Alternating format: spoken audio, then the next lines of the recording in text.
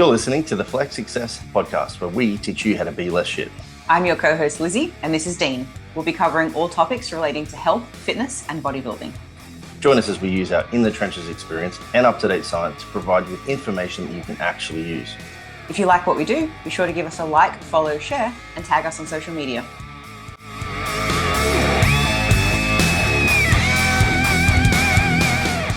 We're back for yet another bodybuilding roundtable on the Flex Success podcast. Today we are one short of the last one. 5 people was a bit much. I didn't feel like I got the opportunity to really sink into the personal insights of each individual and poke the bear. So today we've got Matty O'Reilly and Mr. Cam George back on with George and myself. Welcome, boys. Howdy. Thanks for having us. Pleasure. We were just chatting about different gyms in the UK, and we were talking about Kuba's gym. I also won't try and pronounce his last name because it's too fucking difficult. I think it's Polish. And I was taking the piss out of Mr. George here about the pronunciation, or maybe the pronunciation, George, I'm not sure, of English towns, because you guys have the mother language, and yet you seemingly just decide to not pronounce certain letters within words. What's going on? It makes no sense, man. The typical one is like mathematics or maths, and then we say bath. Like, it makes no logical sense. We wouldn't call it Bath. Mathematics. Wow. Yeah, mathematics. It's awful, man. Really. We're not very good at speaking our own language. Or we are, as outsiders, just inappropriately telling you you're wrong, which is a very Australian thing to do. The best one is probably the black sauce that is delicious on mince, might I add, and that is Worcestershire. Worcestershire. I'm tapping out on this one. I don't say that word correct. All right, do you say Worcestershire? Because that's how it's spelled. That's exactly how it's spelled. Worcestershire. Yeah. Or the other one is like Worcestershire.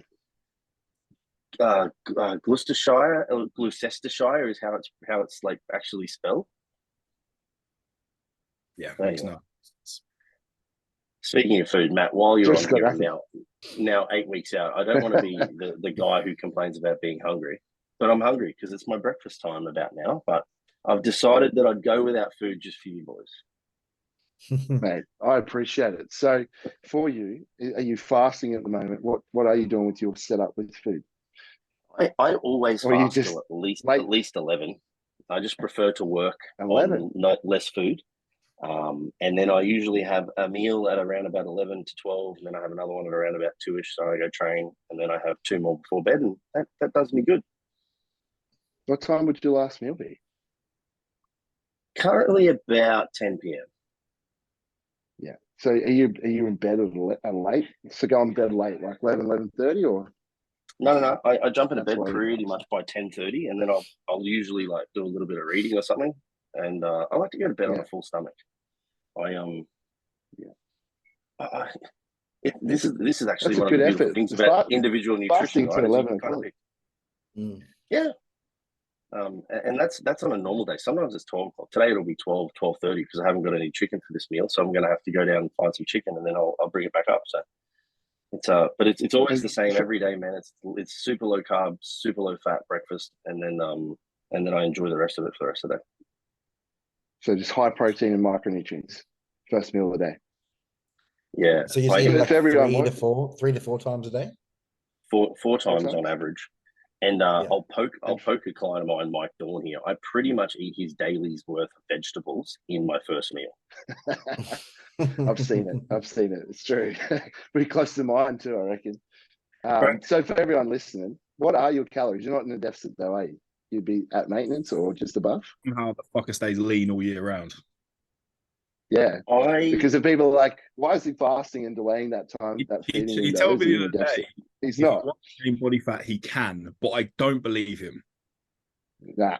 He showed me his full off-season photos one time. Like, this was me big. I was like, you've still got lines, mate. What are you even talking about?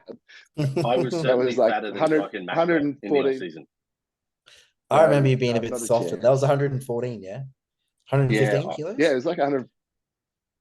I hit 115, and my face was certainly the fattest of all of the body parts available to pick on. It was, but yeah, I mean, and my maintenance, I guess, like, dude, I've been, so I go through, because of obviously travel too, like sometimes I have a scale available to me, sometimes I don't.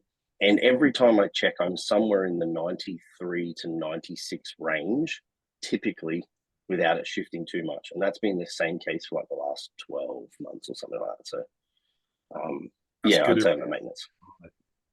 That's very good and respected. You're under. I'm heavier than you now. Yeah. For the first time ever.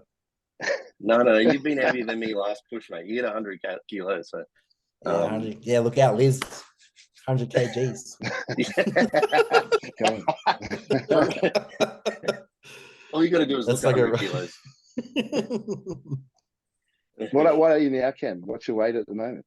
Oh, just for reference, that's like a running joke where like Liz, well, I think it's ages ago, she said she wouldn't date anyone under 100 kilos or something like that. So yeah, it used to before you jump, it used to be a rule of Liz's apparently before I met her, right? So you know, they say that men get picked on for being shallow and, you know, all looks based and all the rest of it. But Liz will not be backwards in telling you that she had no interest in me when she met me when I was wearing my work shirt. Not a single bit. But then one day in the gym, I did the old classic wear a t-shirt, get a pump, take the shirt off into a stringer. And she was like, oh, apparently that got her attention. So one, Yeah. she's definitely superficial initially. And then I was over one of her friends' houses, and she said to Liz, "Oh, how heavy is Dean?" And she's like, "I don't even know." And I'm like, "You don't want to know." And I'd heard this from one of her other friends that she had this rule of exclusivity. If she only dated dudes over 100, she'd rather a guy be like chunky and over 100 than peeled and under. And I was like, "Well, I'm about 94 kilos, so I've got a long way to go." And then this was 2015, and then I actually pushed into a 10-week gain phase before I did my first ever prep, and I made it to 100.5 like one night after eating so much food to make it there, and then I started dieting the next day. Just met the just out of principle. She's a woman. She knows what she wants, you know. It's funny though. Guys have this idea in their mind where like women just want shredded guys. Like that's the look they want. They're like, oh my God, look at all the muscles, vascularity. And then nearly every female I've spoken to, and especially my partner, she's like, I love guys in their off season, big. And I obviously hate being fat. And she's like, you just don't get it. I'm like, there's no way you'd like that big, round, full fat face. She's like, yeah, it's strong, big, man. And I'm like, it's hard for us to comprehend that at times. And the worst it's bullshit. It's bullshit. I feel so great for the off season, so she can rub my belly. It's like a Buddha belly of good luck. She does it. I got Alex, doesn't like I love it. Pulling the skin, going, "Ugh, what's this?" Back to your question, Matty. Yeah, I'm 96, 97 now. So getting up there. I'll definitely be cracking 100 again soon. So you're pretty much back up to where you were last push, but in much better condition. Yeah, much better. Yeah. And like tolerating it a lot better this time. So it's actually something I want to talk about too. Our strategy that we're using this time seems to be working a lot better with me because I've had like digestive issues in the past. I've been taking, I think, tablets for my digestion since I was like 18 or whatever. So last push, I was just getting really like bogged down with eating and like almost becomes like nerve-wracking waking up during the day. Waking up in the morning and going, fuck, I have to get all this food in today. Like it's almost like it makes me anxious. So what we've been doing this time is we've been running, my off days have been maintenance calories and my high days or my training days have been like high, I think an extra 800 calories or something for the day. That's been really good because it's almost, I was thinking about this the other day, I was laughing to myself because it was like, it's almost like the reverse of like doing a comp rep. Because like doing highs and lows, because it's like, okay, I only have to fucking push for 2 days while I'm training and then I get a break. And then like I can have like a chill out for 2 days, or if I have 1 day off for 2 days off, and then I got to push again. Like, so it's kind of like a good strategy for me to get all the food in. So from a psychological perspective, very interesting. It does make sense psychologically, but from like an energy in, energy out standpoint, it's Dean being a sneaky little fucker there in the corner, just going, he's actually eating the same amount of food. He just thinks he isn't because the numbers work out across the week on the average. Well, funny you say this, George. And this is one of the things about obviously having a coach is I've done this before. I always struggle to like think of the terminology for the client though when I'm doing it. I'm like, I want to give you a diet break. Like that's not right, but this is what we're doing. You know, a break from the diet of some description. But we kicked off and we had this like little tidy up phase for camp, and then we started pushing up. And I was like, I'm just going to put some food in on your training days, you know. And then lo and behold, because most bodybuilders like Cam are all the same, we get to I think maybe like a month or two, and he's like, I'm good to push up the low day, man. Let's just go all in. I'm like, no. Like we've done this before. So let's just keep pushing up this training day, you know. So it's definitely been working well, and you know, at only 4'5", it's pretty impressive to be 96 kilos. It's getting more and more impressive in person, seeing it too, I tell you. Yeah, I'm feeling good. Like definitely the most muscular I've ever felt. So I think I have like a new level, feeling a new level of muscularity to my body. So I think things are going really well. Do you think it's just a time thing for you, Cam? Sorry, time? Yeah, like realistically, man, like you actually, like we met after my second comp properly in 2018. Yeah. So like we're only talking 5 years ago, and that's kind of like when you kicked it off, like seriously from a bodybuilding perspective. Yeah, I know 30 when I did my first comp. Yeah. Do you think so that like this muscularity that you're finding, and also even just the dieting and everything, is just as much a matter of time as it is strategy? Like you're just getting used to it more? Yeah, being like inconsistent as well, and just training time, and time being exposed to more food. That was more PDs. Just that was my question for you. So Kevin and I, for everyone that may be listening to this, both struggle. We're probably Dean's worst clients when it comes to appetite and eating.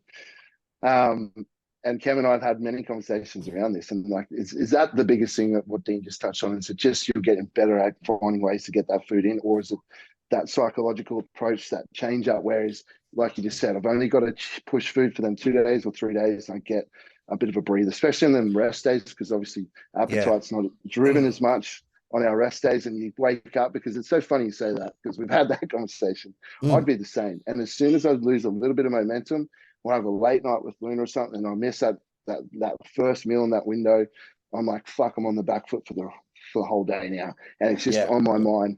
Whereas now in contest prep, it's the other way around. I'm like, fuck, how am I going to get through this day without not wanting to overeat and trying to push that first meal out later? It's just anxiety either way.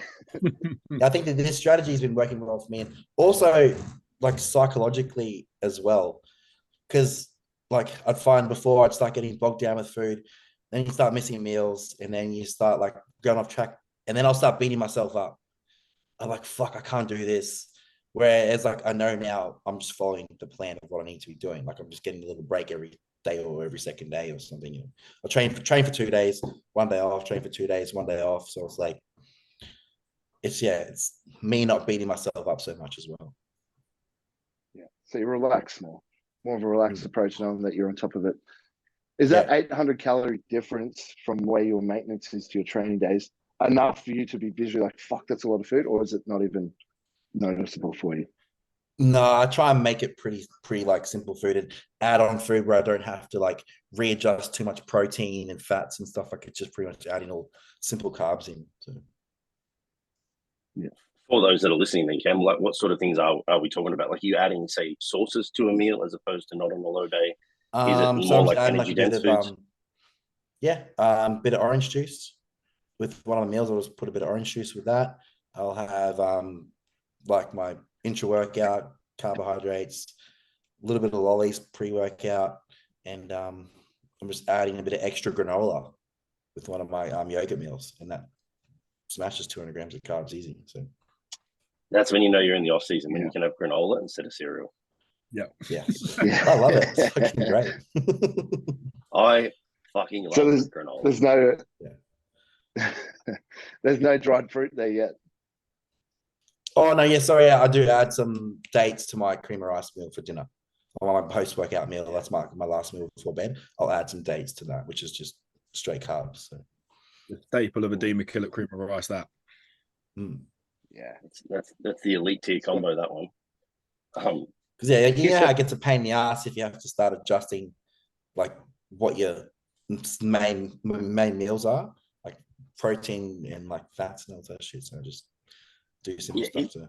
It's also the reason why, like, some people may look at some of my clients' diets and think, "Oh, that's a relatively decent amount of protein." Actually, Maddie and I have spoken about protein before. This is in a different context about high protein consumption, but I will often let protein escalate alongside carbohydrates and calories for two reasons. One, because it's the secondary proteins that you pick up at that stage from a caloric perspective are just so minuscule that it doesn't really matter. So we're talking about going from like 275 grams of protein to 280. Like, let's not take out 5 grams of protein from a meat source to account for this extra rice you've consumed. So that's one reason, it's convenience.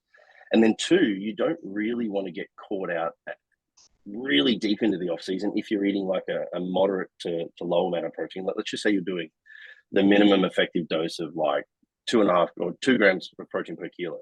You don't want to have protein boluses throughout the day that are inefficient from an animal protein or amino acid perspective to drive that maximum protein synthetic response. So sometimes it's actually better, even though PED using mouths technically can get away with less protein and more calories technically means no risk for muscle loss. From a muscle like stimulation perspective from protein, I often let protein shift up. So like picking up that 5 grams you're talking about, Cam, is so insignificant. It doesn't matter. But as a funny anecdote to the date conversation, I had a client recently, and Angelo, I'll call you because it's funny. The other day, I put into his diet the same thing, like dates, you know. He's like, "Bro, do you mind if I swap these pitted dates for medjool dates? I tried medjool dates and they're delicious." I'm like, "They're dates. Like, of course you can." He was unaware that when you see a bag that says pitted dates, it's specifically talking about the fact that there's no pits in them, as opposed to like different time. Them being different species of dates. And I was like, "Yeah, bro, go for it, man." Yeah. I have at it. Yeah. What yours, mate? The shitty Aldi little pitted dates that taste like ass. Poor bastard. Oh, yeah. So He's probably trying to push them down, going, "What the fuck is this?"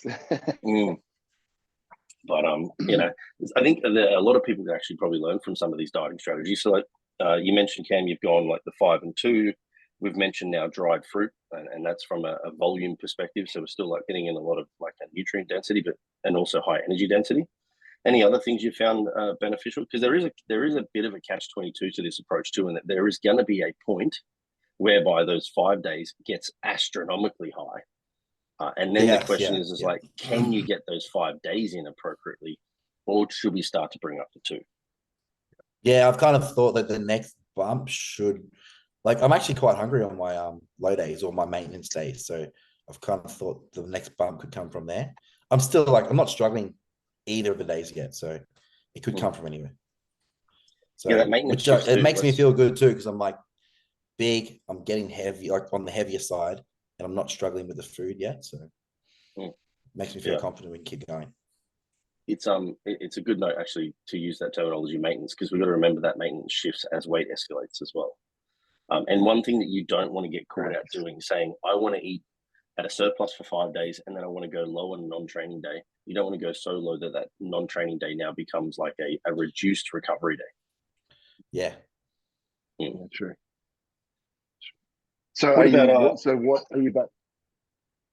are you basing, what is your maintenance at the moment? Is it his true maintenance, or are you just slightly above that true maintenance at the moment on his lower days? About 35 times body weight. Yeah, Cam's maintenance was basically achieved. That original number was like a relative calories per kilogram over 7 days when he was consuming like the same food 7 days, coming off the back end of like a mini cut / appetite cleanup phase. So we can pretty much say that, you know, like if we have this individual who was in a gaining phase, they shift into a maintenance phase, they lose some body fat, we reestablish maintenance eating the same food 7 days a week, and then we take like a relative note of how many calories per kilogram of body weight is that person consuming, and does that stabilize now over 10 to 14 days? Yes, we can probably say that is roughly, assuming that all other things stay the same, you know, like output, work, training, etc., etc. If that's the same, then we can probably just shift that along the timeline as each time he gains weight. So if he goes from 90 to 100 and he was at 35 times body weight to maintain, then that maintenance need to shift at a relative 35 times body weight. Yeah, sweet. Very interesting. I like it. Something we will utilize next time, Dean, I think, for myself. Yeah, I'd be interested. generally speaking, the question would be asked from me, and it is like, would you prefer to do this? Would you prefer to do this? Most people will honestly go for 7 days, I think, because sometimes the size of that large meal can look like the large day can look pretty fucking concerning. But coming off the back of like the phase that Cam had done, where he'd eaten a lot of food, and it was more like, oh yeah, I'm happy to have these 2 days. So, and then coming out of the back end of yours, Matty, you're obviously going to be ravenous for food. So, it may be similar actually. This is actually an interesting conversation for reverse for you to think about even now, right, Matty? Is like when you come out of a prep into a recovery phase, let's just say you could only tolerate 500 calories to escalate weight at a, whatever we deem to be a sufficient amount post-comp to recover. What if though you're saying 500 is not very, very much? Like, I still feel like I'm dieting quite heavily. All right, well, maybe we could do 300 for 2 days, but then you can do 700 for 5 days. So then you have this perception of, I get to eat a bit more 5 days of the week. So you can play this game in multiple phases. Yeah, I think it works quite well that way. Psychologically, it's always a big factor. Like you said, George, across the week doesn't really matter if people look at that. But from thinking about it from that point of view, it's like I'm getting these high days. I can handle the 2 lower days, so to speak, knowing that I've got 3 or 4 of these high days coming.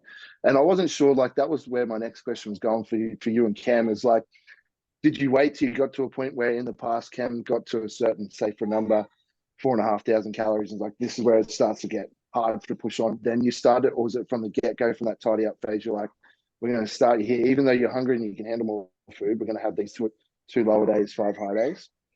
Like for me, psychologically, it always seems to be around 5,000. And I don't try not to think about the calories. I just get the macros and being in the past. And it's sure as shit, I start to get to 5,000 and everything slowed down and it starts to be, I get to it. And whether it was 5,000 or just get over 5,100 or 200, it was just a shit fight from there onwards and upwards. So below that though, I was like, fuck yeah, I'm not like Cam. I'm like, I'm smashing this. I'm getting better at it. Food's going in, weight's moving, and then all of a sudden 4.8, 4.9, couple of weeks there, I'm like, oh fuck, here we go. And then I'm like, get out of my head, get out of my mind. It's not that number. So I wasn't sure we could get to that point, then go, right, now we can pull back to and play that game, or would you do it from the get-go? We did it from the get-go for Cam in this instance, because we've probably done this enough times now to realize that he's going to have that sticking point. But this is also twofold too, because, and this is actually similar for you, Matt, because I think the first time we pushed up for you, we probably hit that point a little bit quicker than what I would have expected. The second time though, you were a lot better from an appetite perspective throughout like the majority of the heavier diet, like heavy diet phase. Diet phase being more food. Again, like terminology sounds wrong saying that, but there's the twofold consideration though, is that once you start to hit a new weight limit that you've never hit before, that is also going to start to dampen that response of like appetite significantly. So you're playing both cards. Like right now, Cam's 96 kilos. He's below his peak weight that he's been at before. So there's going to be a point where he starts to shift into that 98, 99, and then the 100 is going to come around, and all of a sudden it might be a bit like, oh, now to get from that new weight, from that stable weight previous to that new weight, that's also going to take some eating. And there's always this bit of a seesaw, but I would usually go from the beginning, or it would be like stable to a point, and then there would be start to just escalate one or the other, or it would be ramp it up as far as you can go, mini cut for a little period of time, and then probably go to like the 5 and 2 thereafter, something like that. What do you reckon, George? Well, I mean, for me personally, I'm a 7-day-a-week kind of guy. I hate the constant fluctuation and changing of things and having days. I like to know what I'm eating, get up, bang, get it done, all prepped and routine locked in place. But I think I find this more so obviously with a lot larger individuals. Of course, calorie requirements are way higher. There's a couple of individuals that spring to mind. Jarvis, one of my mental physique guys, we get to like sort of 6 to 7K calories and appetite just blunt straight away. So instead of, similar to you, Dean, instead of waiting until we got to a sticking point and then making an adjustment there, straight away from this mini cut out, we've just run a low day, high day rotation straight from the off. He actually has a low, medium and high day for his, just because he prefers to eat a bit more on a rest day less on some of his leg days and then more on his upper days. But yeah, it depends very much on the context of the individual, like understanding their psyche, what is the root of the sticking point. Is it like for Matt, perhaps it might be the number in his head that causes more of a block, a mental block, than the actual food intake itself? Or is it generally his digestion's in a bit of a shit state, just can't keep up with the food consuming? Because realistically, human beings aren't naturally meant to consume 5, 6, 7K calories with a normal GI, right? Are we? There are little niche ways that I've implemented with things like BPC and other things that can help aid in improving digestive rate and keeping things transient and moving. But I find more the holistic approach and keeping a good amount of expenditure, cardiovascular work is more than enough to keep things sufficiently rolling. And even in the case of some of the bigger individuals, like mini cut on a block to block rotation, if that's what it necessarily needs to take, like Mike Lucy, for example, there. And when you get to those kind of weights and those kind of regions, their load food when they're dieting is still probably way more than we are eating at growing. So you can't push for 2-3 blocks and expect this human being to be able to push that far. So there has to be, context around the individual and understanding that you don't have to be in a growth phase for 16 weeks, 18 weeks or longer. It can just be one block of growing, appetite reset, one block of growing. Might not be the most efficient way, but yeah. Yeah, speaking of Mike, what's his maintenance calories? What's he eating now? Mike's an interesting, or actually bigger guys in general, now that I've been exposed to a few more of them, are interesting cases because they do typically shift in that, like he might be able to maintain sometimes for a period of time on 40 times body weight. Now for him, that's still 5,000 calories because he's 130 kilos. But there are often times where he's had to consume at 50 times body weight. Bjorn actually is a really interesting one. Bjorn's like 82 kilos, but he maintains weight at 51 times body weight. Yeah, fuck. Like just outrageous. That's a curse gift. Yeah. But I mean, and the other interesting one is like on the dieting front, bigger individuals typically, in my experience, cannot afford to go as low for as long at the back end of a prep if they're susceptible to running flat or their weight running away from them. Because once it runs away, there's no scientific journal that will ever tell you how to manage that. It's problematic. It disappears fast. Yeah. Like I've seen Mike lose a kilo a day for 5 days on 5,000 calories and just being like, excuse me, what's going? So, and this is what George said though. We're not made as humans to be this. Like no man walked around the savannah at 128 kilos. Yeah, show me the study for that one. I think with the central nervous system fatigue has to be taken into account, because if you're moving a shit ton of weight, which I know you two boys are relatively strong for your size and for your muscularity, there's an element of fatigue cost that comes into that also plays into appetite regulation that people often overlook. Like from Mike's perspective, again, the bigger guys, they'll probably, where they're moving so much weight, they'll probably have such little volume, but 2 blocks of training will probably fry them and make them need like an extended time away of maintenance performance to try and set things back in check again. So this is so many moving parts of appetite. People often like reach for digestive enzymes and all these niche supplements and stuff without considering kind of the more fundamental basics, so like the holistics inside of what's really affecting appetite, from central nervous system, how much food you're consuming, the boring niche stuff that no one cares about, like meal timing.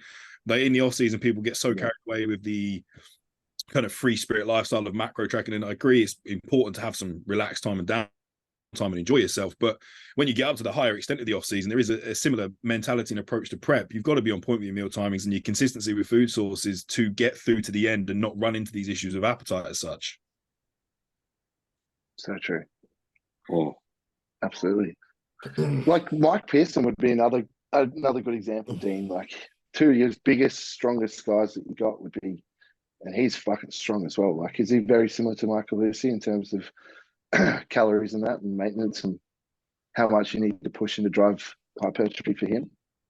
Yeah, and actually an incredible segue, Matt, because of what George just said regarding training. Mike's one of those guys who has also had a huge emotional attachment to training on the red limit for his entire fucking career. Funnily enough, before Mike and I started working together, he had done a prep, was trying to get his pro card. I watched him compete, and I remember him getting on stage and thinking, why did his legs just look so jaded? And then he put up a post and he was hack squatting 7 or 8 plates aside 3 days out on the fucking side back hack. And I was like, do you normally do this? And he's like, yeah, like if this is what served me well the whole time, like it'll serve me now. And his was like, he couldn't let go of that attachment, right? So part of his programming at the moment, in order to allow us the opportunity to do more training blocks in totality over the year, as opposed to deloading all the fucking time, because but not deloading like proactively, but deloading because he was broken. But also his capacity to eat, is trying to find ways to get maximum stimulation from a training perspective without frying his CNS. So we try and keep him a lot further away from like a 1 RR. He's in the 2 and 3 range more often than not, and then reactively adding sets to accumulate more work, as opposed to saying, fucking have at it. You know, whereas then you contrasting with Halusi. Halusi currently still loves that style of training.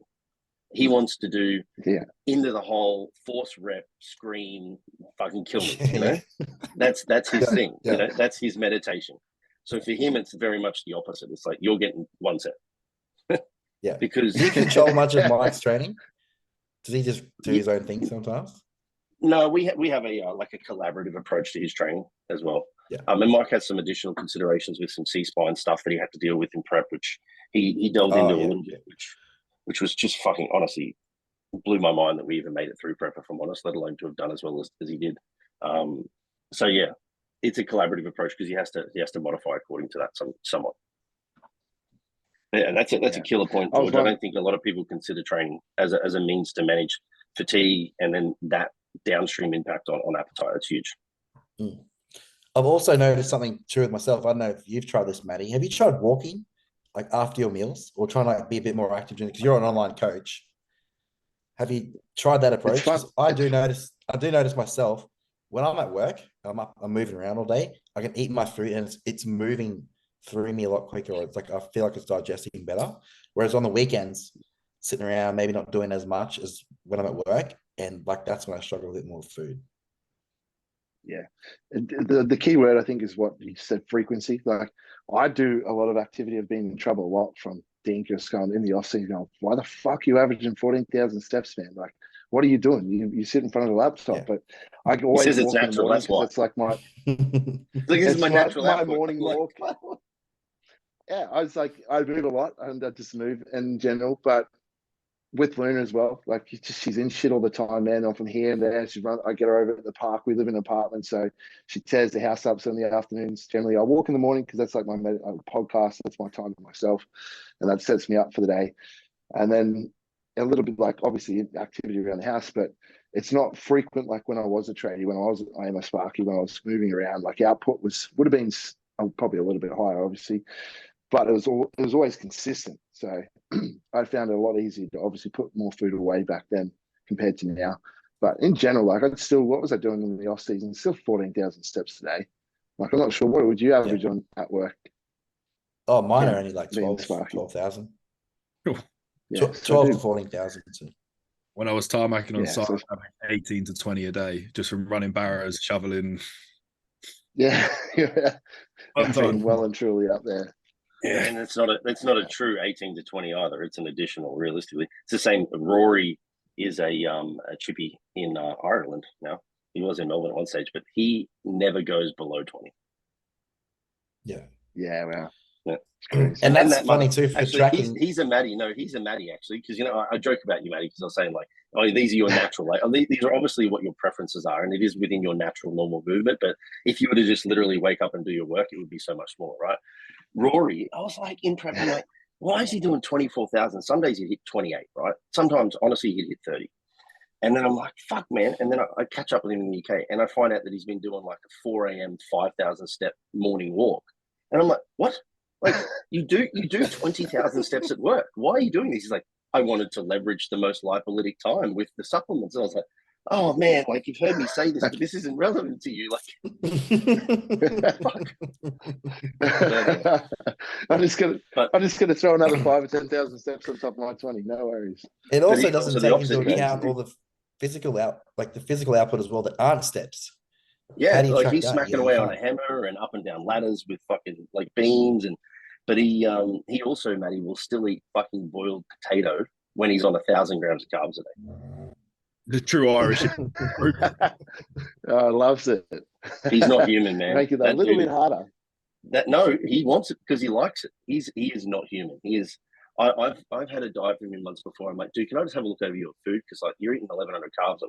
I looked at it and I was like, dude, you're still eating like 1.2 kilos of fruit. Like, what's going on? Like, and he's like, oh, is that too much? I was like, well, no, but like shit, man.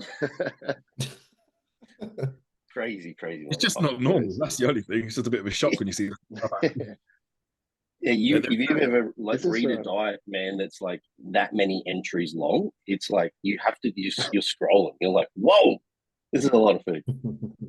There's a positive to Matty's way of life though in regard to like neat expenditure and heart health long term. Like, you know, typically sure.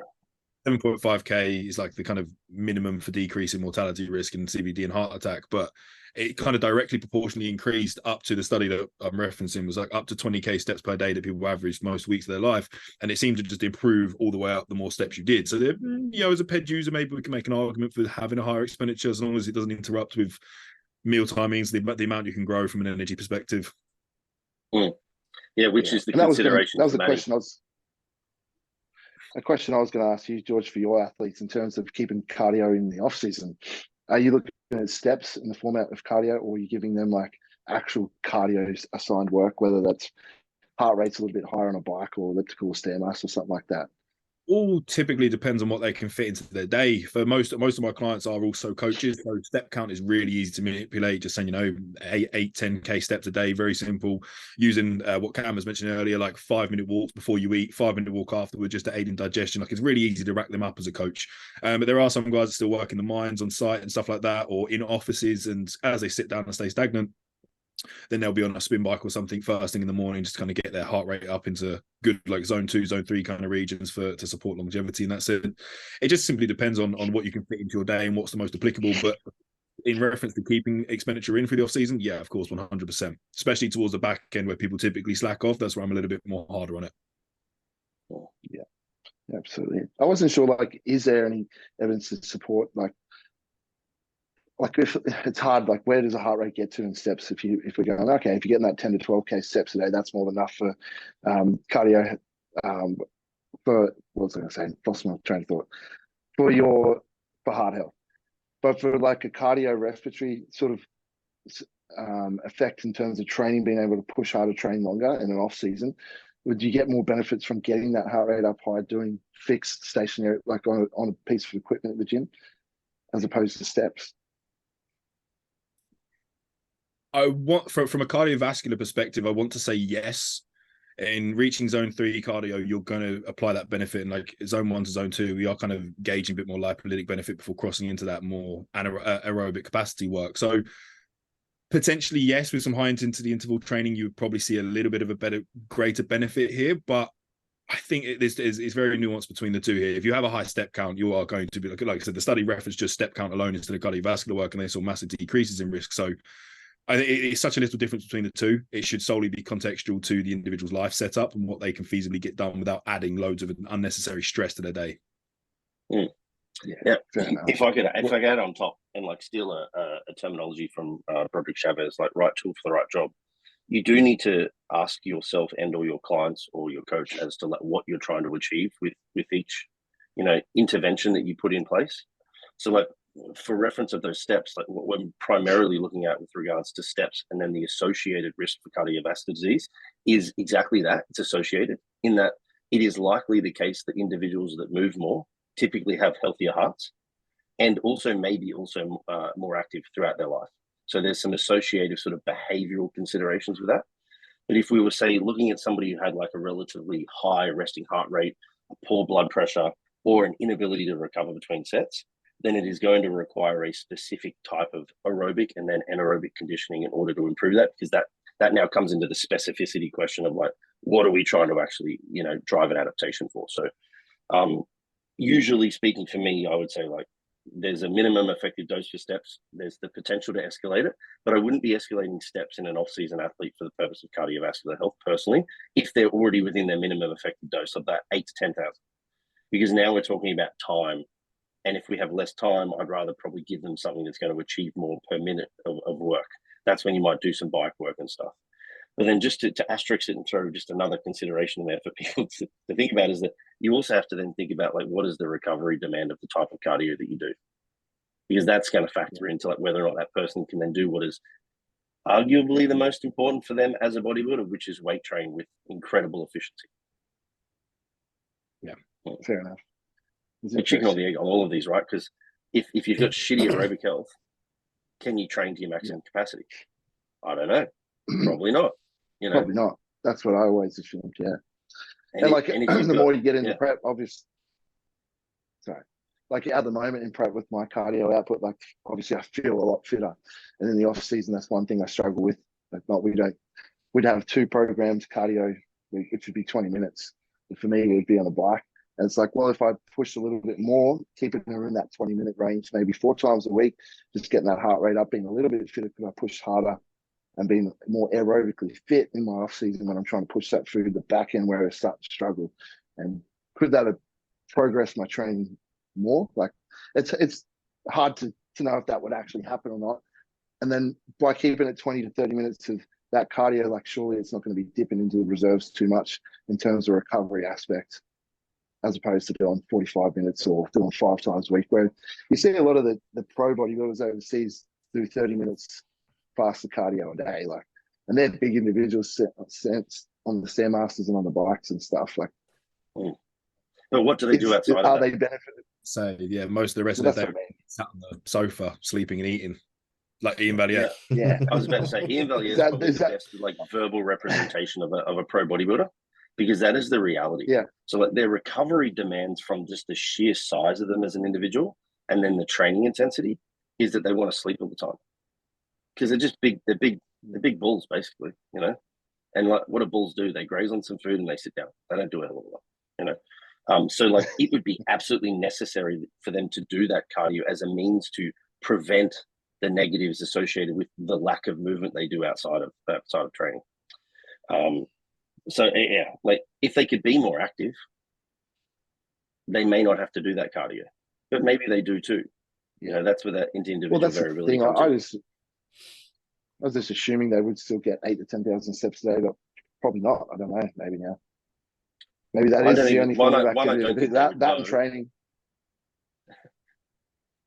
I don't think they would know. So like we have a mutual friend that I know that has done some work with one of the top tier pro guys at the moment, and it was certainly something that he spoke to them about, and it was a conscious decision that they made to forcibly make that person go out and do morning walks in order for them to get adequate steps in. Outside of that, they weren't getting close. I think I know who that is. Yeah, not even close. Yeah, crazy. And like Maddie, like, and you're actually another great representation of this. This like we've talked about aerobic health, we've talked about anaerobic health, we've talked about appetite, we've talked about all these things. The other thing is sometimes going out for a walk first thing in the morning is incredibly nice, especially if you live in Australia. Maybe not so much if you live in London. You know, now there's beautiful buildings to look at, right? Yeah. So like the enjoyment of getting out, seeing some sun. There's a whole bunch of downstream impacts on you that are going to give you a more positive outcome on that day as well. So like just getting out there and moving is advantageous. Like I think, fuck, that alone for the mental and physical health of bodybuilding worldwide, if we could get more people out on the tarmac and less people on the treadmill, it would go a long way into improving the entire lifestyle. Yeah.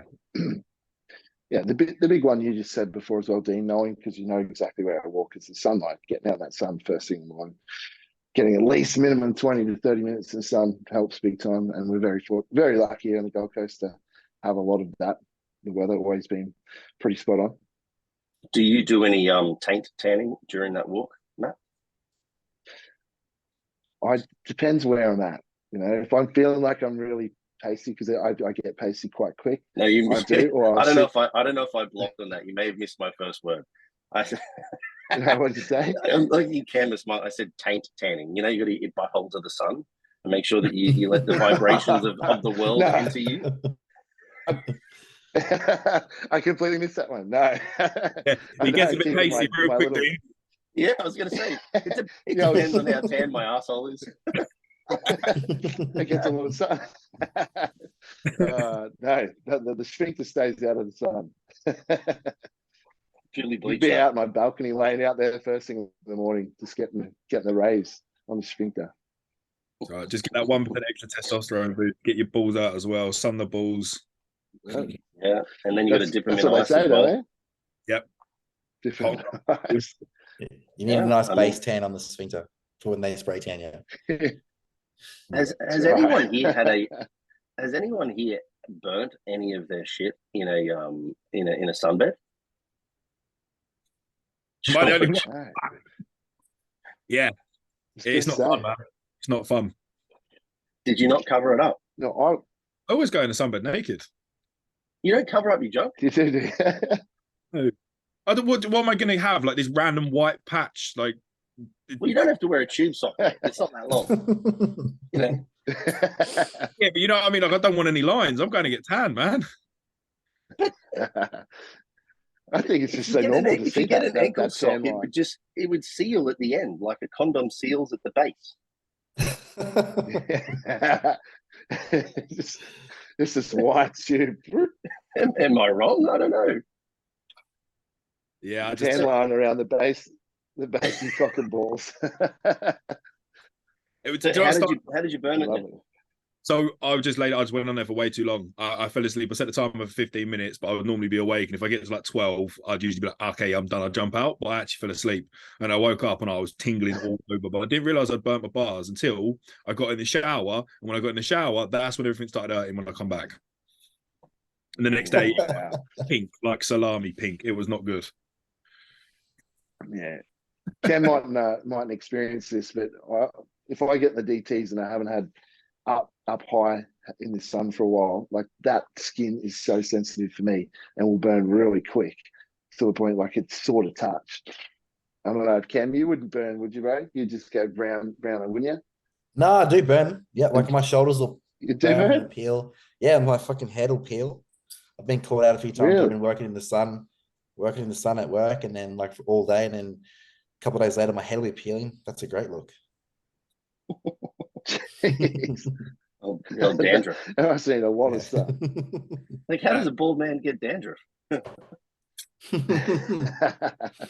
got leprosy or something. Dean, do you you're getting some looks you would be. What the fuck's that? Dean, do you burn easy or not? Yeah, I've got some form of Scandinavian English white man skin. It does tan. It just I have to do it very, very, very cautiously in the initial phases, and then once I build up a little bit of resistance, I'm actually not too bad. But the same spots, maybe like adductors and up around sort of like wherever my undies would be. That and I as a kid I used to have really bad eczema. So if I let that cook like a decent amount, I'll get real bad eczema on there for like the first week, and then it's almost like psoriasis, and then it'll peel because I'll just keep doing it, and then eventually it's all right. But the problem is now, man, is like once I let it go too far, I don't want to go through that phase again. So now I'm just white as a motherfucker. And Liz is like, you need to go to a sunbed, man. I'm like, then I have to deal with that. Then I have to build resistance again. And then it's going to be winter again. And fuck this, I'm done. Go through the process, you lose it. After that sunbed experience with me, that was the last time I actually used one. And then I just started using melanotan just frequently across the week for about 8 months. There was a picture of me before and after where I generally looked like I changed ethnicity, and I had not intentionally tanned at all. I just went about my steps and the whole of me just changed color. It was great with no need to sit in the sun, no burning. And then when I went away into hot countries, didn't need any suntan. It was great. Do they have Yeah, sunbeds in England? Yeah. Yeah. They're like legal or whatever. I think they're not legal in Australia, are they? No, they're everywhere, man. Here, No, I don't. I specifically even called it a sunbed because they don't know what a solarium is here. So I use that just so George knew what the fuck I was talking about. Right over my head. Yeah. Yes. I think some people here have sunbeds- like private ones that they own. We can like go and pay them to use it, but yeah, there's not like commercial places for that. It's annoying, man, because UV light's one of the first implemented proceedings I put in for acne treatment for some of my guys. That's quite annoying. Now that I know that, I haven't had to use it yet with anyone, but now that I know it's illegal, I won't bother offering it. Yeah, in Australia, it'll be calling around a friend to get a sunbed or what we call a solarium. Yeah, it's man, it would have been probably a good 6 or 7, maybe even longer. Hey, 6 or 7 years ago, they brought in the legality against them. I What mean, was their reasoning? UV and cancer, like Yeah, because cancer. I don't know. Imagine if they said don't go to the beaches, guys. Like, hang on a minute. Like, I can actually. So what you're telling me is I can take a controlled UV exposure for a given amount of time and prevent the risk for cancer, and improve skin health, and improve potentially mental health. But yeah, anyway, you know how it is. Yep. Not ideal. But I've done the melanotan before too. I remember I got Liz melanotan many years ago. She was like, I might give it a go because she likes to maintain a tan. And this was in Sydney. And she started taking it. She got some freckles pop up. But she was like, fuck this. Like, there's no way in hell I'm using this anymore. I was like, all right, I'll give it a go. I'm covered in freckles, so fuck it. And, as eventually the freckles just started to join and become one on me. And there was a photo of me, man, and I was like Oompa Loompa orange. I didn't even realize because it had happened so gradually. The color, it didn't look good, man. It was just like the weirdest yellowy orange tinge that covered everywhere. And it was like, okay, I probably should get some actual sun here. Weird. I went level. Yeah, I was going to say, were you in the sun, or were you just taking it and not I was just pinning it and giving no fucks. And then, yeah, I turned like weird yellow. Odd color. He was obviously odd too. Like, people were like, "Are you sick?" No, they didn't actually say that, but it was an interesting experience. I personally am like super sensitive to that nausea from melanotan too. I have to be like real cautious, But it's the worst.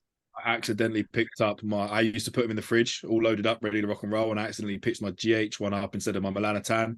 That was the worst erection of my life and the worst nausea of my life for the next 2 hours. Well, the best erection is at the wrong time. No. Did you get like the real red flush, the hot flush in the face from it? Yeah, before the nausea kicks in, I'll always feel like a big flush of heat. Red, and then I know I'm going to be sick. Honestly, I do it pre-bed because I just sleep through. Even I've taken it in the past pre-bed. I'll have like as little as 0.1 ml, like 10 units, and it's enough to make me feel like rubbish, like sick as nauseous. Just sitting there for like 5 minutes before I fall asleep, just going, "Oh, this is the worst." I do half of that each day of the week when I was doing it. I see. Go lower again, would you? Yeah, lower, and then just every day. Yeah. It's not nice. It is one worth people considering though, because skin prep for a show is incredibly important. There's too many people that so even for guys that are like really white and have that grainy look, if you don't want to be stuck having to put layer upon layer upon layer upon layer of tan that could detract from your look, start your like skin plan. I suppose you could say like a good 6 to 12 weeks out even. And if melanotan is available to you and you don't mind doing it, I would highly recommend it. A good baseline tan goes a long way. It just means you get less spray and there's less fucking around. And then even if you then have any of your tan come off, the disparity between the tan color and your skin beneath is also not so significant that it's terrible to look at. So I would recommend it. Skin prep is massively overlooked in bodybuilding, especially as men that will go in the shower and use the same thing for their hair, beard, and body at the same time. If you have females or a partner that's good with this stuff, make use of them. 12 weeks out, get them exfoliating you, get them moisturizing you. The sooner you do it, the better time you have to progress and get that skin ready for the tan to actually go on and absorb properly.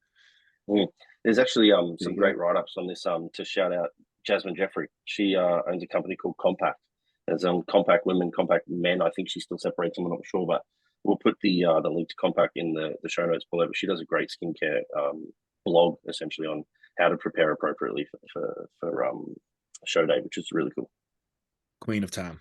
Interesting. Yeah. They do a good job over here in the UK. I'll read that one for sure. They as a funny side shoot, the girls that did my tan when I competed last year, they actually give you the sock when you arrive as well, and they give you superhero socks. I think I've still got my float around. It's so good. Man. It's like fuck you, I'm Batman. But oh well. But Matty, how you feeling? How you feeling at 8 weeks out? Yeah, look, I'm not too bad. Like, I definitely have my days. I think at the moment it's like, what's going on, Dean. It's just hard. I have only to reference from 3.5, maybe 4 years ago was my last show, which in my mind it only felt like 1 or 2 years ago. But when you think about it, the last show was over in London, 2019. So it's been a long time since I've been in prep to this point, and I definitely feel I've struggled with hunger a lot more. And then I don't know, I'm like, am I getting older? Is it just I'm getting softer? My mindset's getting softer than I used to be. I've asked myself all these questions, had conversations with them. I'm like, why am I struggling? And like, I hate struggling because then I feel like I'm not as hard as I used to be, especially with my mindset. And then it's looking back what I did 3 years ago, where the business was just starting, getting off the ground, had more spare time, didn't have a daughter, less stress. You know, bodybuilding was me. That's how I identified myself as a bodybuilder, and trying to be the best in Australia and trying to be a world champion overseas in WBFF. So now it's like, I love bodybuilding, always will love bodybuilding, but it's not what defines me. And our business is, we're scaling that and doing really well. Just about to launch something massive next week, which has been consuming a lot of stress, or creating a lot of stress, but good stress, I'll say. Just trying to get everything ready to make sure it went through and it was going ahead. So all these things at the moment. So I'm like, why am I struggling? Just trying to identify that. Is it just the hunger? Is it just because I'm trying to juggle bodybuilding and the business and trying to choose between the two at the moment? And then Em's like, just take a step back if you need to. But then me being as controlling, I micromanage the shit out of everything with the business. So I don't, although I love them and I trust with a lot of things, I do make sure I oversee a lot of things. So if something goes wrong, I can only have myself to blame and no one else, because I will blame people if things go wrong. We have a team under us as well. So there's all these things lately, this last month, I'd say I've been like, why am I struggling? Like, let's identify that. I'm like, am I just can't hack it anymore? Like, I even asked myself that. I'm like, maybe bodybuilding is not for me anymore. Like, I can't fucking handle the. And Dee's gonna laugh, because the whole off season, the whole 2.5 years we worked together, it's been the opposite. I'm going, I just can't wait to not eat. I'm fucking sick of trying to push this food in. Blah blah blah blah. And there was like 2 weeks into contest prep, I was like, fuck, Dee, you're gonna laugh at this. I'm fucking hungry. It took all of 5 days being in aggressive deficit for me to be really hungry. So at the moment, it's like it's fine. It's just the hunger, and then it's at the moment I feel like I've put a bit of pressure on myself to do quite well, try and stand up. I'm the WBFF guy coming over to IFBB, so I think a lot of the time since I've been in WBFF, the boys are like, WBFF models, blah blah. There's no respect for it. Where at the time when I was in WBFF, there was some big names. It was strong competition. So I'm like, fuck, I can't wait to get over here and shut some mouths in the IFBB about that. But at the same time, I'm like, fuck, you got to walk the walk down, man. You've got to get on stage if you're gonna have that attitude and be able to stand up and be in condition, IFBB condition as well, not WBFF condition.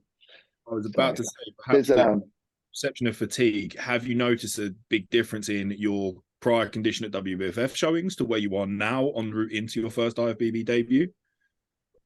Yeah, with Dean, the setup in the office, like, George, like off seasons, everything, and where we were in the off season, where we kept body composition, and like even at 12 weeks, in my mind, I'm like, I need to be ahead more. I want to be ahead more, so we can sort of feedback in the show, get to that point, get that herd stage, and then push food on. I'm going into the show feeling nice, not struggling and thrashing it like I have in the past, but definitely leanest I've ever been at like 8 weeks out for a show.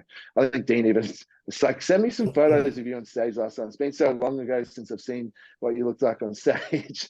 And he's just like, fuck, man, you're like almost at that your stage condition now at like 8 weeks out. So are you used to getting ready early, or are you normally coming in like getting ready like you're a week out and then you're ready? No, never. So I love my coach. Because I've only had one coach before Dean, and she taught me a lot, especially from a health perspective, and held me back from a lot of dumb shit. So I'm so grateful for her. But it was always like 10-week prep. She'd be like, let's fucking go. And I worked under pressure, and I'd be out. At that time, I was in the mines, so it wasn't the greatest setup for trying to contest prep, working for like 10, 12-hour days and trying to make food work out there. So in the past, so I haven't, like, the longest I might have done was it would have been the Australian show that was probably 12 weeks, but we didn't really put the foot down until like 8-week mark. Yeah. So and typically a time lot we've of had output. 22 weeks. Yeah, a lot of output, obviously, to try and make to make up that short prep, what the work that had to be done. Cool. So this time we started 22 weeks out. Yeah. And you're an interesting case, matey, too, in that I think people can sometimes get a false sense of where they're at from a conditioning perspective when certain body parts are just so far ahead of others. And then, so like, I'll be 100% straight up. Like when I have watched you as a WBFF pro, I always thought peeled. That was my first thought. And even working throughout the entire offseason, I'm like, I'm really, really looking forward to prepping Matty because he gets peeled. That's not hard. You know, like if someone can get peeled even with like really, really difficult means, I know that they've got the mental fortitude to do that, right? But just the sheer size of your trunks being slightly larger in the WBFF, and also like a lot of the focus being on the look in totality, but not necessarily being like real peeled, I probably didn't really ever pay like full attention to like hamstrings, glutes, and lower back. And that's why when I asked you the other week, I was like, can you send me these photos? Actually, I was like, holy shit, this motherfucker's more peeled now than he was on stage at 102. It's just that the look is very different now because you have to obviously wear smaller trunks and the poses are a bit different. So it exposes some different body parts and whatnot too. And I think too many people can get caught up looking at individuals and going, oh my God, they're so far ahead. You know, like I had guys message me about you, Matty, ages ago going, fuck, he's peeled already. I'm like, yeah, his midsection from the front gets dicey, like within 2 weeks, like dicey, like everyone would wish that they had it. But then there's other parts of you that don't. And then similarly for other people, like, you know, you have some guys, their glutes come in before their fucking abs or their arms, which is super unusual, you know? So it's been a nice experience, and I'm looking forward to you getting up there. And I'm glad that you touched on the IFBB versus WBFF thing, because I wonder if you found more pressure, or if you've placed more pressure on yourself for this amateur IFBB show, which really, you know, that's what it is, versus a universe or a worlds did you win? Yeah, absolutely. I just think I have, and it's like in my mind, even doing WBFF at that time, that was just the progression to go to IFBB. The goal was always to go to IFBB. At some point, I just had to get my physique developed enough to be. And at that time, I don't even think Classic had started. No, it was. I think Classic would only just come in when I started in WBFF. So it's like there was nowhere for me to go. Like it was just bodybuilding, and I was miles off that. So coming over, like in terms of respect in bodybuilding, whether it's IFBB, as a male, I should say anyway, or even females these days, until you can prove yourself in IFBB, I believe, that's where you need to prove yourself in terms of federation as a bodybuilder to be respected, not just here in Australia, but overseas as well. So with that brings some pressure. I'll laugh at you, and this is actually a testament to somebody like yourself when people have this mindset of, you know, earning the respect to be an IFBB competitor. I had a competitor that competed at Matty's show when you were an amateur still, when you had the top knot, mate. Matty had the shaved sides and the top knot. He was full blown WBFF, right? And my guy, I remember he was actually natty at 35 weeks out. He started his cut at like 88 kilos and he got on stage at like 86 kilos, right? Peeled. And I was like, fuck, he looks good. He's too big for fitness in WBFF. We'll put him into men's bodybuilding, right?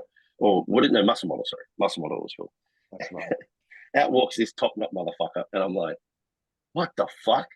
Like, these motherfuckers are just as big as the super heavyweights. How the fuck is this guy doing WBFF? You know? And honestly, man, my dude got fucking dwarfed at 85 kilos. I was like, man, he should have done IFBB. But oh, what do you do? So the competition back then, we're talking like what? I don't even know when you were an amateur back then, 6 or 7 years maybe? It would have been class. Yeah, it was good. Even like the whole muscle model, that category, that first show I done, was the one I won. I think there was like 12, 15 males in that lineup. Oh, it was big, man, 5 or 6. It was big. And then overseas it was big as well. AJ Allison, they had like all these big names that are like well known overseas. That was good, and then everyone sort of just left. Yaka the Bruin. Is muscle model like the top dog, like the biggest it gets in WBFF? Fitness model muscle. Yeah. And they've just introduced a third category not long ago, which is in between. I think they're calling it physique or something like that. Josh is actually. Yeah, no, it is the middle category. Yeah. So most of the time, the men's fitness guys are like somewhere in the like low 70s to maybe low 80 kilo mark for the guys. And then the muscle models, from my experience, have been like all 90 plus. And then now they've kind of just introduced this category, which is going to be interesting because shout out to Josh Phillips, who's now currently in Vegas as we record this. And when this comes out on Monday, he will have competed at the Universe there in Vegas. He's going to be doing the fitness and that new category. I'm really interested to see how he goes because he's looking pretty dicey and has some Absolutely. He looks so very good. cool proportions, man. I'm very envious of that dude's lats. I'm not going to lie. He's, yeah. I can't. I missed that. Oh man. Dean, how did you manage to fly? Because he posted pics literally as he got off the plane and went and trained, and he still looked diced. So how did you manage to fly? That's what I want. Yeah, he may have been more diced. I'm not going to lie. I typically will run them at like maintenance from a calorie perspective, if not slightly under. I don't particularly have any preference for whether it's moderate carb, high carb, or whatever. It'll be just whatever their typical maintenance is. But then I'll set it up. I usually write out a flight plan that basically has new time zone, current time zone. And then, you know, for his is really interesting because he's gone from, you know, being on a Monday at 10 a.m. and then arriving on a Monday on 4 p.m. So he's technically been awake for 24 hours. But when he arrives, he doesn't really have a full 24 hours of eating. So there's this, like, it's not 5 meals in one day. You know? And it's not 10 meals over 2 days. It's like sort of 7 meals over 1.5 days. So for him, we pretty much ran his Monday maintenance diet as per normal and spaced out according to the new time zone so that he was somewhat eating on the new time zone, get some sleep in according to that time zone as well. And then he just had 2 extra protein veggie meals when he got before bed so that we could start the Monday fresh again. But mine is basically just fluid goes in consistently. I don't let them sit down for longer than 2 hours at a time. They then get given a certain amount of like walks of the aisle. They have to do a little round of stretching and some bodyweight squats, and then just repeat that for the entire time. It has never failed me once, just with keeping fluid and electrolyte balance consistent. I've never had to load anyone on a plane. The only consideration I think for that would bother me would be some people get whatever they will refer to as like cabin belly. And just because of the different pressures inside the cabin, you can get some digestive distress. So like loading on that may be problematic, but I don't see it being an issue from the energy substrate perspective. I was just wondering because of how good he looked. I didn't know if you tried the sneaky diuretic, manage fluid intake, get the old shaker out and wee in this, and then replace fluids appropriately, see if you can keep it consistent. But no, it was just a slight escalation in fluid above the norm because it was again like, so he probably did 1.5 days worth of fluid across like about a 1.5 day period.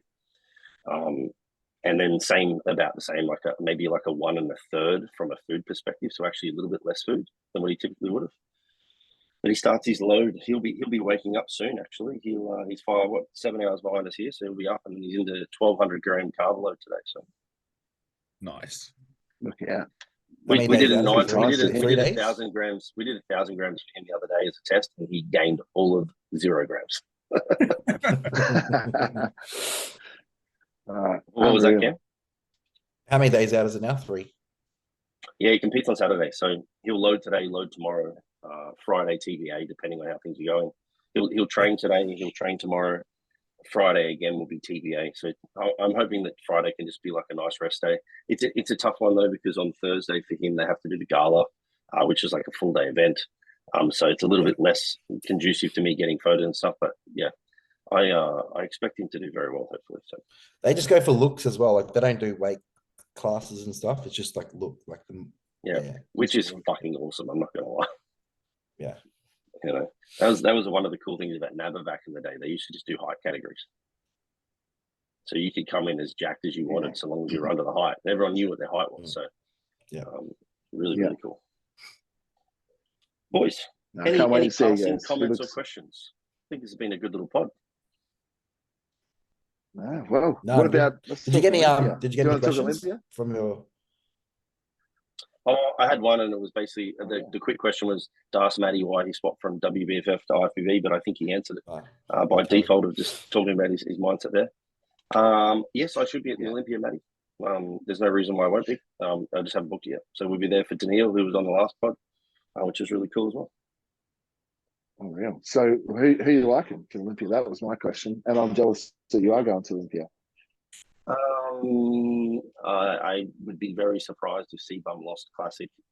I think the weight category increase will actually be potentially disadvantageous to someone like a Dino, not advantageous, because I think the bigger he gets, the more he starts to look like a bodybuilder. And I think he is structurally just so like Dino on his own is probably one of the nuttiest physiques I've ever seen. Whenever I see his pics, I'm just like, holy fucking shit, this is his year, you know, like this is it. And then he stands next to someone who's just so structurally large, like a CBum, and even like an Urs, to be perfectly honest. And I think, oh, you can't beat structure. Like structure wins every time, so long as it's got enough muscle. So once Urs has enough muscle, he surpasses Dino. As Dino adds more muscle, he doesn't change his structure. He just gets thicker. So I don't actually see it as being an advantage to someone like him. It certainly is for somebody like a CBum, unfortunately. It maybe is for someone like a Terrence, because Terrence can still add muscle in some places and it would really enhance his physique.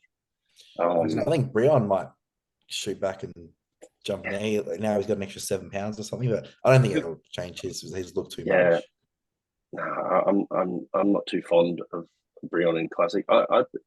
And there's a couple of really good guys that have come through this year. Like the guy who's won, like some of the Polish competitors look fucking incredible. It's a shame that I think his name was Florian. He won the Portugal show last year. I don't think he's doing this year. But there's just some nutty Classic guys. I think it's going to become honestly like a 5'10" and above division. Like, because it just looks so nice when they're a bit taller. As for open, I've flirted with the idea of maybe jumping into a Classic one just to see, or doing a 212 show and a Classic show potentially, just to see where my body fits, because I don't know where I fit. Like I think I fit 212, but I'm not exactly like a fan of 212. Like I look at these guys, I'm like, I don't know if I want to look like that. Like I like 212 more than open half the time, to be honest. I like that. Definitely they're peeled. That's why. Yeah, I like that, and we'll definitely bring that. But as far as like, I don't know, their overall looks, I'm not the biggest fan of it, but I think that's where my body will suit the best. So yeah, I mean, there's no question for you, Cam, that you're an aesthetic looking bodybuilder, but I still think you can be an aesthetic looking 212 and do very well. Some of the best 212 athletes have been the more aesthetic ones that have the bubble genetic, like look to the muscle belly insertion, rather than being the short stacked like blocks of muscle. Like just a blown out physique. I'm just like, I don't know if I want that for myself. Like, so. Just create a new era, mate. That's all it is. He's going to create a new era. I think Keon will lead the way in that, mate. He looks incredible. He looks incredible. Yeah. As he puts a bit more muscle on that frame, he'll definitely change the standard there, I believe. I think he could surpass Sean Clarita, I reckon, easily if he pulled it together. Just for structure. That shape's incredible. What's the open prediction? Well, that's the big one. The open, like, Hardy's going to win. Yeah, you reckon? No one's talking about him. I've said this. Everyone's focusing on Samson. Everyone's focusing on Derek. Everyone's looking at Nick, but they keep missing out Hardy, who just turns up consistently at the same level of condition, muscularity. He's maxed out, yes, but all it takes is one slip up from any one of them, and he's taking that top spot again. Yeah, Hardy ain't missing. He's just there's no doubt about that. He's so consistent and like ridiculously dry, hard as nails. Derek and Samson's a good one. Yeah, they're two of the favorites I look at all the time. It's like, how can one person, Samson, go from in a 12-month period from this to fucking that? Like, it's just ridiculous. Seeing him in the flesh, completely different game. He is a monster of a man. It's his delts and his arms are like twice the size of my head. It's phenomenal. It's just crazy how much he's morphed in such a short time period. Is he training at any gyms that you guys train at? No, but I did see him at I saw him as at the hostile desk in New York, and then also he did a guest pose at one of the IFBB shows here in the UK not long ago as well. And yeah, I mean he is, and that was when he was apparently on TRT and 315 pounds or some shit. Which I shouldn't say apparently. I have no doubt that he was, because he's honestly, from all accounts, from everybody that knows the same people, it's like, yeah, no, I mean, like, Samson's a freak. Yeah. Have you seen James in person? No, I haven't. No. Oh, I actually have you seen James? I saw him at the Arnold's. Yeah. One of the two first bodybuilders I ever saw when I was 17, just started training at my first gym, was Luke Sando and James Hollinshead hitting legs. It was probably one of the most foundational memories I've got in my head of bodybuilding, and probably why I've got this neurotic craving to just be as big as possible now, because seeing them two were just fucking monstrous. James has obviously got bigger then. It was a fair few years ago, but even back then, he was the biggest human being I'd ever seen at that point. It was phenomenal. Yeah. I'm a big fan of James. I think, yeah, I'd love to see him in the flesh. He's fucking dense. It's just when you stand him next to, like, he lacks structural size comparison to some bodybuilders. He's very maxed out, big dude. He's got a lot of muscle, but again, if you stood him next to Luke, like back in that days, like, you could clearly see there was a difference between Luke and James. Was it, you mean in terms of like clavicle width?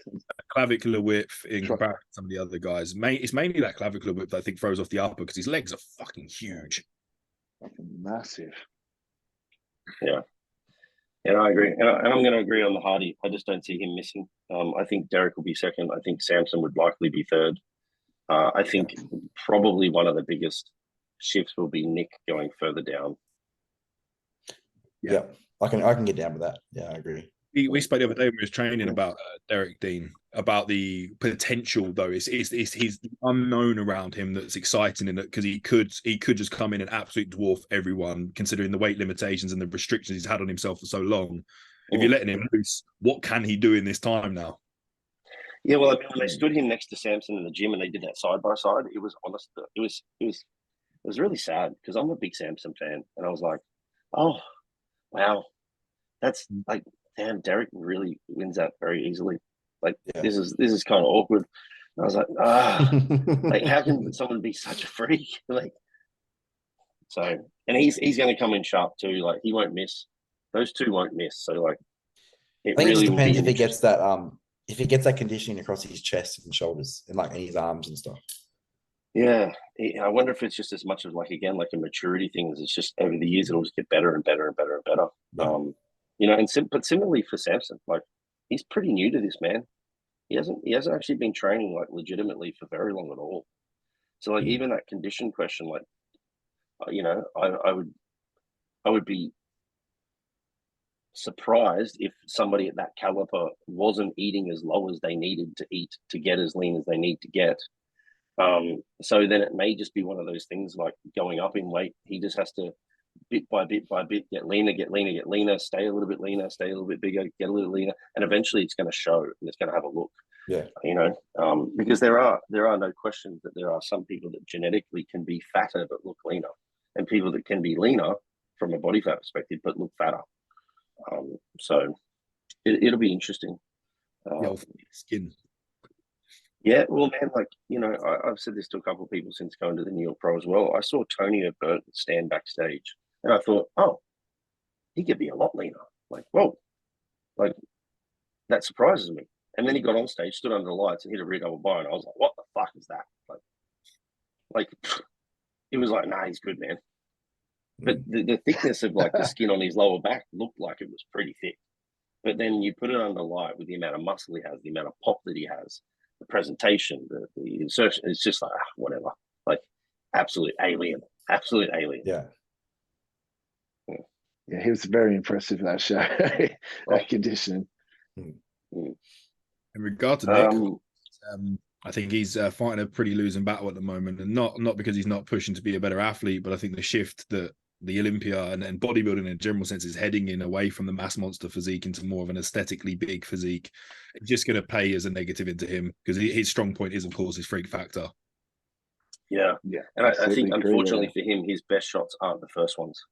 Like, that first stand there, front relaxed, he has some genetic anomalies that cannot be changed with regards to the length of his lateral quad, which will never make his lateral quads look large. His adductors are incredibly huge. And he has so much detail through his legs, but, like, he'll never have that full flare, which is always going to exacerbate the waist, because the bigger the flare, the smaller the waist. And that's the first shot. So it's kind of like, you immediately are going to go to people that have these X frames. You know, like when everyone saw Derek walk out last year, and then when he went like that, front relax, everyone was like, "Fuck," you know. That's the first shot. Like Samson nails that shot, Hardy nails that shot, Derek nails that shot. Someone like an Andrew Jack nails that shot. Like there's so many of them, you know. Hunter Labrada. Yeah, Now he can get in condition. It'd be interesting to see him and Andrew on the Olympic stage, see where they fare together. We're going to see that in Texas in a couple of weeks. Yeah. Yeah. So next weekend, is it? Next weekend. I didn't think Hunter would do it, to be honest. He got the I thought if he won, he might skip Texas, but it sounds like he's going to do it. Take the competition It's his hometown. So I suppose it's one of those questions here, right?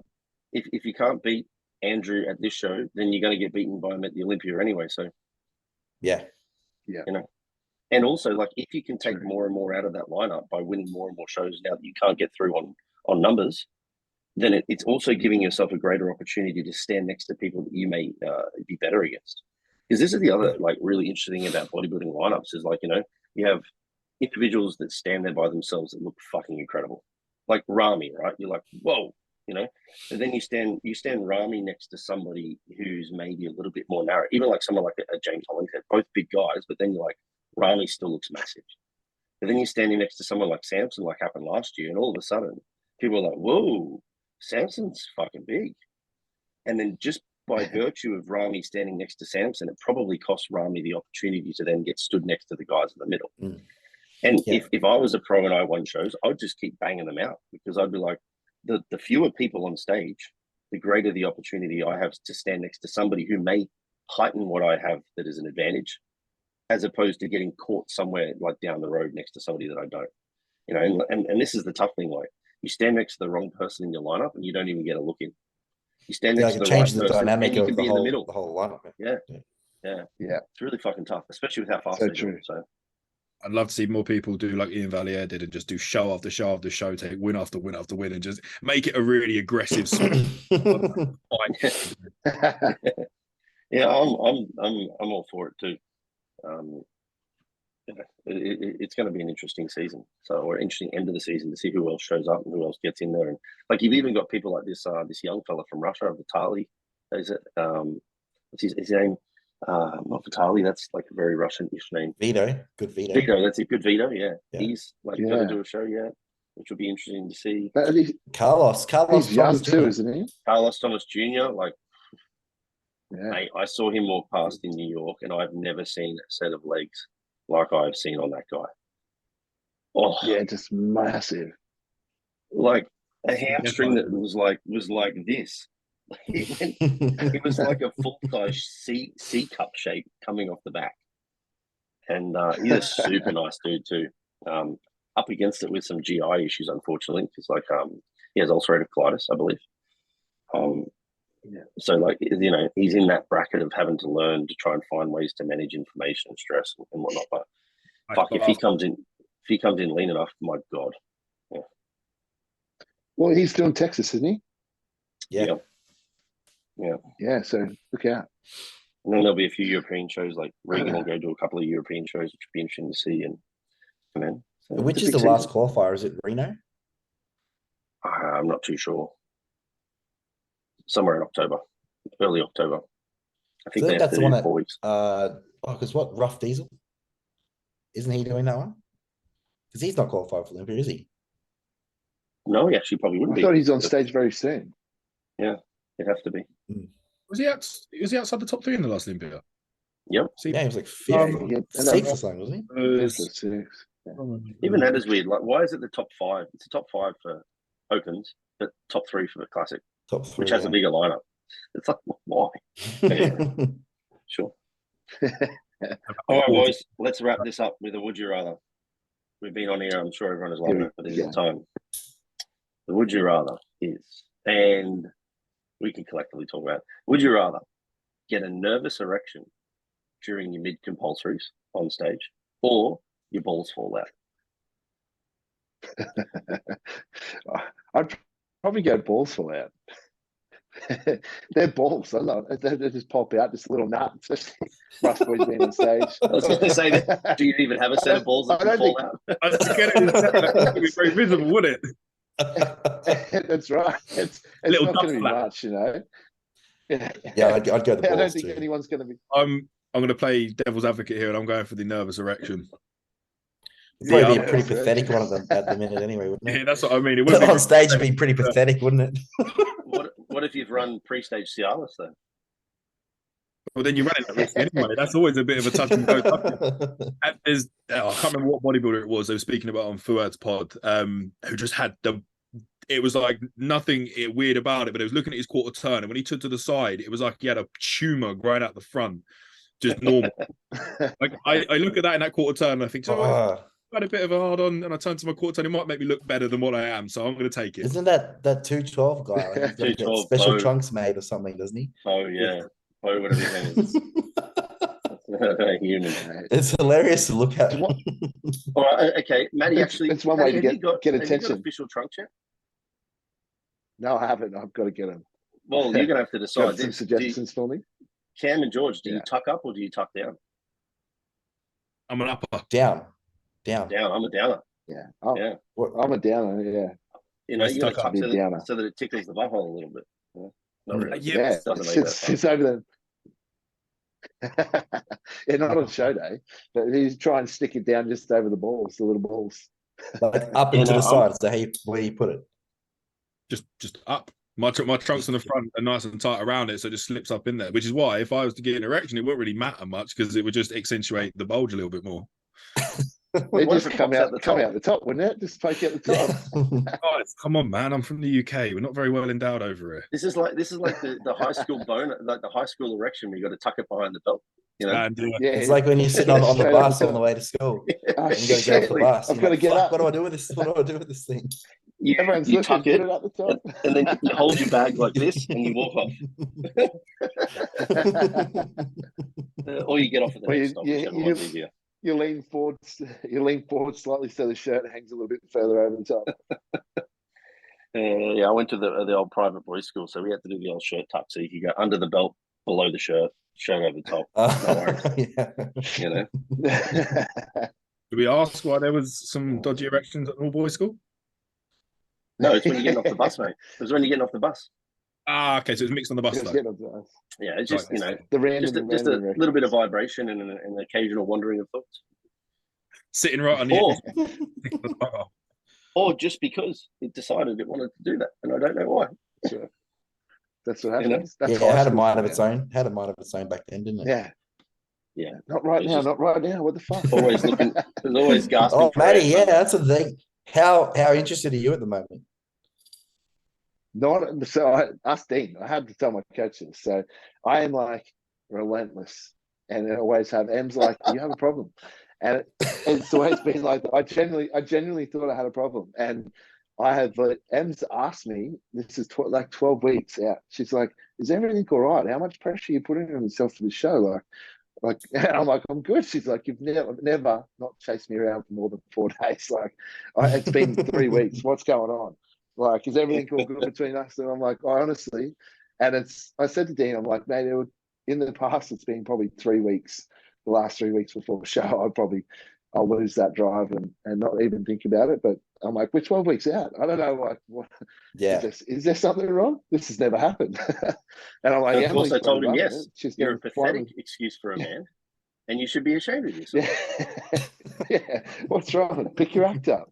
I'm gonna have to find this snippet of Matt saying that he's a bit of a freak in that sense, so I can show it to Zoe to be like, I am normal. I am not weird. There is other people like me. We're good.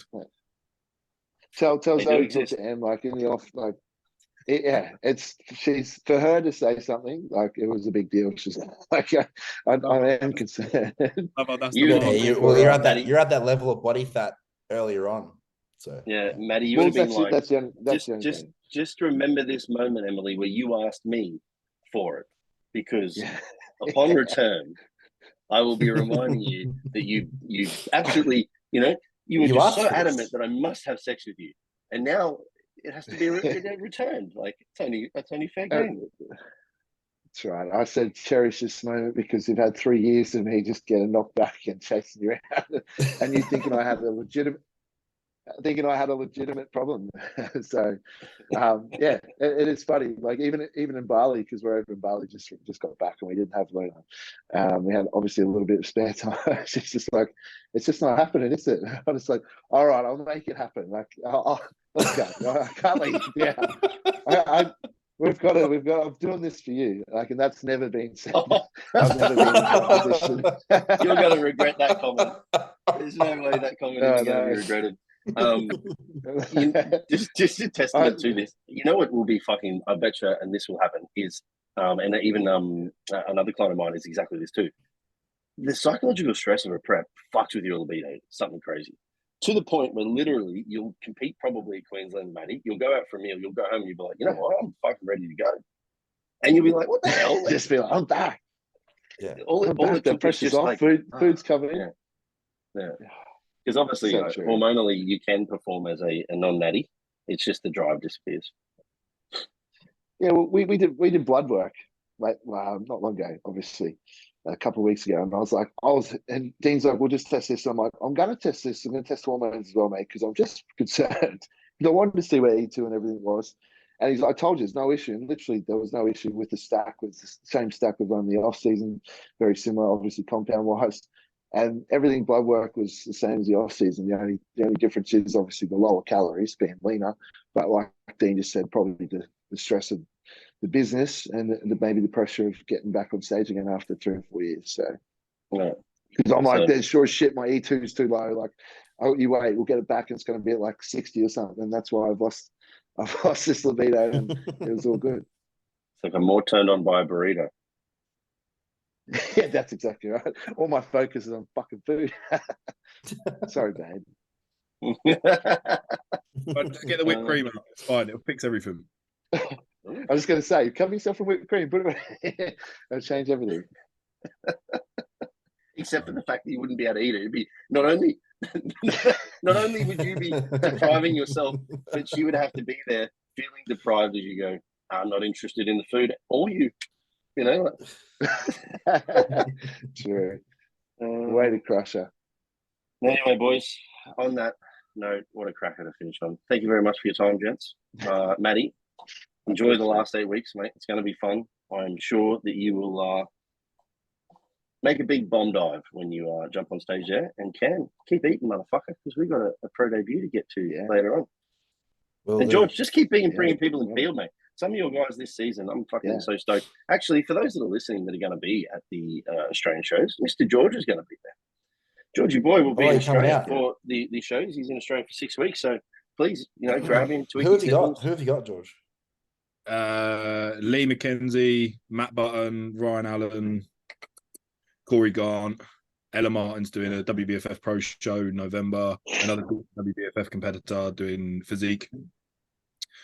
And a decent amount of people competing across the time span. I was quite happy that at the start of the season, there was a couple of people that were kind of like contemplating whether they should compete or not. So the roster was looking a bit big and a bit busy. So I was like, oh, fuck, this is going to be a lot for me to go over and handle. But obviously decisions were made for off-season extension. So it kind of gave me a bit more breathing time whilst I'm over in the new territory. Are you staying Gold Coast? I'm going all over to, except for the Perth show, I should be at every single show. So I'm just going to be traveling. Oh, awesome. Luckily enough, a couple of my clients for a couple of places, which is going to be cool.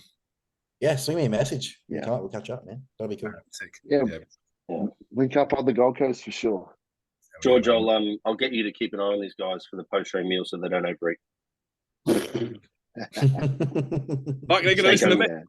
Stay going. George would be like, here, what about have a little smoke, have a little bit of food. What's the gap between the Queensland and the Queensland and the state the nationals? QOD 3 weeks. My first show, which I think is like 2.5, 3 weeks later. Oh, okay, yeah. You can get a free meal in for that one. Of course you can. Yeah, free meal of steak. steak and mashed potato, Matty. That's it. Steak and mashed. I'll take it, Dean. You know I will. To be fair, every post-show meal I've had is steak and chips. That's all I felt like. Just nice steak and chips from like a nice restaurant or something like that. Man, I've gone out for Lebanese meat and rice every fucking time. It's hilarious what you go for. Yeah, it's right. It's funny. You look back at it in the off season, and go, why the fuck was I craving that? What was I thinking?